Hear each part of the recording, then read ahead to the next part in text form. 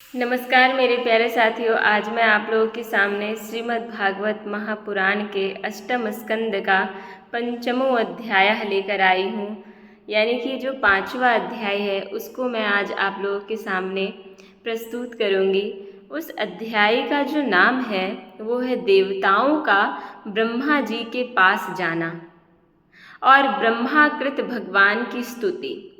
देवता लोग जो वो क्यों ब्रह्मा जी के पास जाते हैं, क्या वजह होती है कि सभी देवतागण उठ के ब्रह्मा जी के पास जाते हैं और ब्रह्माकृत भगवान की स्तुति और ब्रह्मा के द्वारा रचित भगवान की स्तुति किस प्रकार से होती है, इस अध्याय में हम लोग भी जानेंगे कि क्या वजह रही है कि जो देवता लोग सभी उठकर ब्रह्मा जी के पास गए और ब्रह्मा जी जो है वो भगवान श्री हरि की स्तुति कर रहे हैं।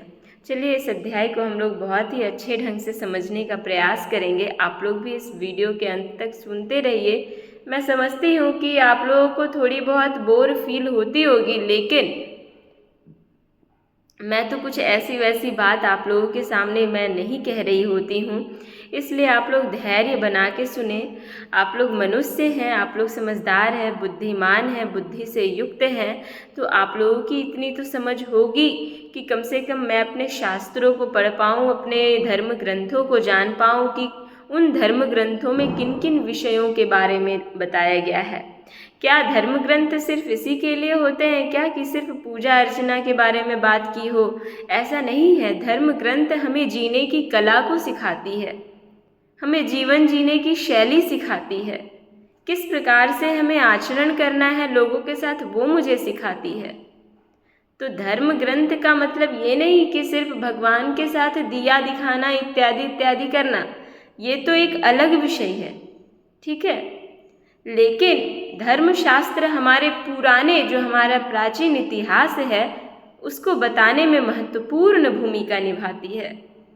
आप धर्मशास्त्रों को, आप अपने पुराणों को, अपने इतिहासों को नहीं जानिएगा तो आप लोगों तक कैसे खड़ा होकर बात कर सकिएगा? संभव नहीं है। इसलिए मैं समझती हूँ कि आप लोग बुद्धिमान व्यक्ति हैं, आप लोग धैर्य से इन सभी पंक्तियों को सुनिए और समझिए। श्री सुखदेव जी कहते हैं कि परीक्षित, भगवान की यह गजेंद्र मोक्ष की पवित्र लीला समस्त पापों का नाश करने वाली है। जो भी गजेंद्र लीला की कथाओं को सुनेगा वो अपने जीवन के संपूर्ण पापों को नष्ट कर लेगा। इसे मैंने तुम्हें सुना दिया, ऐसा सुखदेव जी ने कहा कि इसे मैंने तुम्हें सुना दिया है, अब रैवत मनवंतर की कथा को सुनो। अब जो है सो तुम मेरे से रैवत मनवंतर की कथाओं को सुनो कि उस मनवंतर में किन किन कथाओं के बारे में कौन कौन से कथा है वो तुम मेरे मुख से सुनो। तो पांचवें मनु का नाम था रैवत। ये रैवत मनवंतर की कथा सुनाना प्रारंभ कर दिए हैं, ठीक है। और पांचवा जो मनु था वो उसी का नाम रैवत था। वे चौथे मनु तामस के सगे भाई थे। चौथा मनु जो तामस था उसके सगे भाई थे। उनके अर्जुन, बलि, विंध्य आदि कई पुत्र थे रैवत के। उस मनवंतर में, रैवत मनवंतर में इंद्र का नाम जो था वो विभु था। प्रत्येक मनवंतर में इंद्र का नाम जो है वो परिवर्तन होते चला गया है। तो रैवत मनवंतर में इंद्र का नाम क्या था? विभु था और भूत रई आदि देवताओं के प्रधान गण थे। परीक्षित, उस समय हिरण्य रोमा, वेद शीरा, ऊर्ध्व बाहु आदि सप्तर्षि थे। और प्रत्येक मनवंतर में सप्तर्षि भी मुझे लगता है अलग अलग होते गए हैं। वैवस्वत मनवंतर में, वैवस्वत मनु वाले में देखिएगा तो आप मनुस्मृति के सप्तर्षि को याद कर सकते हैं। लेकिन अभी मैं आप लोगों के सामने रैवत मनवंतर के बारे में बतला रही हूँ। तो उस समय सप्तर्षि कौन कौन थे? हिरण्य रोमा, वेद शीरा, ऊर्ध्व बाहु आदि ये सब सप्तर्षि के अंतर्गत आते थे। उनमें शुभ्र ऋषि की पत्नी का नाम था विकुंठा। शुभ्र ऋषि जो है ये भी सप्तर्षि के अंतर्गत ही आते थे। उस शुभ्र ऋषि की पत्नी का नाम क्या था? तो विकुंठा था। उन्हीं के गर्भ से वैकुंठ नामक श्रेष्ठ देवताओं के साथ अपने अंश से स्वयं भगवान ने वैकुंठ नामक अवतार धारण किया। किससे अवतार धारण किया भगवान ने? तो शुभ्र ऋषि की पत्नी थी विकुंठा। विकुंठा जो थी ना, वो विकुंठा के गर्भ से ही भगवान ने जो है वो अपने अवतार ग्रहण किया, अपने अवतार को लिया, जिसका नाम था वैकुंठ। ठीक है। उन्हीं ने लक्ष्मी देवी की प्रार्थना से उनको प्रसन्न करने के लिए वैकुंठ धाम की रचना की। और जब उन्होंने अवतार लिया, वैकुंठ नाम का अवतार लिया, तभी उन्होंने जो है वो लक्ष्मी देवी ने उनसे प्रार्थना की थी कि आप वैकुंठ धाम की रचना कीजिए, इसलिए उन्होंने ये रचना किया था। वह लोक समस्त लोकों में श्रेष्ठ था। हमारे पृथ्वी से ऊपर जो है वो 7 लोक है और पृथ्वी के नीचे जो है वो 7 लोक है। अतल, वितल, सुतल, तलातल, महातल, रसातल, ये पृथ्वी के नीचे है। तो इसी प्रकार से इन सभी लोकों में श्रेष्ठ जो है वो वैकुंठ धाम लोक था। उस वैकुंठनाथ के कल्याणमय गुण और प्रभाव का वर्णन मैंने संक्षेप में तीसरे स्कंद श्रीमद् भागवत महापुराण के तीसरे स्कंध में कर चुका हूँ, मैं किया हूँ। ऐसा श्री सुखदेव जी कह रहे हैं कि वो जो वैकुंठनाथ है, जो वैकुंठ अवतार लिया है भगवान ने, उसका वर्णन मैंने संक्षिप्त वर्णन श्रीमद् भागवत महापुराण के तीसरे स्कंध में कर दिया है। भगवान विष्णु के संपूर्ण गुणों का वर्णन तो वह करे जिसने पृथ्वी के परमाणुओं की गिनती कर ली हो, है ना। जिसने पृथ्वी की परमाणुओं की गिनती कर ली हो, वही भगवान विष्णु के संपूर्ण गुणों का वर्णन, संपूर्ण गुणों के बारे में जान सकते हैं। मेरे प्यारे मित्रों, अभी मैं आपको बताई कि जो 5वें मनु का नाम था वो रैवत था और जो 4थे मनु थे उसका नाम था तामस। ठीक है ना। लेकिन अब जो 6ठे मनु है, वो 6ठे मनु चक्षु के पुत्र चाक्षुष थे। उसके बारे में थोड़ा सुनिए। उनके जो है वो पुरुष सुद्युम्न आदि कई पुत्र हुए चाक्षुष के। इंद्र का नाम था मंत्रद्रुम। जब चाक्षुष मनवंतर जब आया तो उस समय इंद्र का नाम कुछ और ही हो गया, जिसका नाम था मंत्रद्रुम। और प्रधान देवगण थे। प्रधान देवगण कौन कौन थे? आप्य आदि। उस मनवंतर में हविष्यमान और वीरक आदि सप्तर्षि थे। देखिए मैं क्या बोली आपको कि प्रत्येक मनवंतर में सप्तर्षि जो है वो परिवर्तन हो जाते हैं, सप्तर्षियों का नाम परिवर्तित हो जाता है। उस मनवंतर में हविष्यमान और वीरक आदि सप्तर्षि थे। जगतपति भगवान ने उस समय भी वैराज की पत्नी संभूति के गर्भ से अजीत नाम का अंशावतार ग्रहण किया था। चाक्षुष मनवंतर में जो है ना, वैराज की पत्नी संभूति के गर्भ से भगवान ने अजीत नाम का अंशावतार ग्रहण किया था। उन्होंने ही समुद्र मंथन करके देवताओं को अमृत पिलाया था। कौन? अजित। और ये अजित कौन है? तो भगवान के ही अंशावतार हैं। और इन्होंने ही जो है वो समुद्र मंथन करके देवताओं को अमृत का पान कराया था, तथा वे ही कच्छप रूप धारण करके मंदराचल की मथनी के आधार बने थे। और वे ही भगवान के अंशावतार जो है वो कच्छप रूप को धारण किए थे और मंदराचल की मथनी के आधार बने थे। अर्थात जो मंदराचल पर्वत था उसको मथने का जो आधार था, जहाँ पे वो मथा जा रहा था, उस आधार में कच्छप को रखा गया था और उसके ऊपर मंदराचल पर्वत था और दोनों तरफ से, एक तरफ से देवता एक तरफ से दानव जो है वो पकड़ के मथ रहे थे। वही बता रहा है यहाँ पे। राजा परीक्षित ने पूछा, क्या पूछा? अब इतना बताने के बाद चाक्षुष मनवंतर के बारे में जब इन्होंने बताया श्री सुखदेव जी ने, तब इनके मन में जो है वो प्रश्नों की जिज्ञासा हुई। किनके मन में? राजा परीक्षित के मन में। और राजा परीक्षित ने पूछा भगवान श्री सुखदेव जी से कि भगवान ने क्षीर सागर का मंथन कैसे किया? उन्होंने कच्छप रूप धारण क्यों किया? क्या वजह थी? और किस उद्देश्य से मंदराचल को अपनी पीठ पर धारण किया? देवताओं को उस समय अमृत कैसे मिला?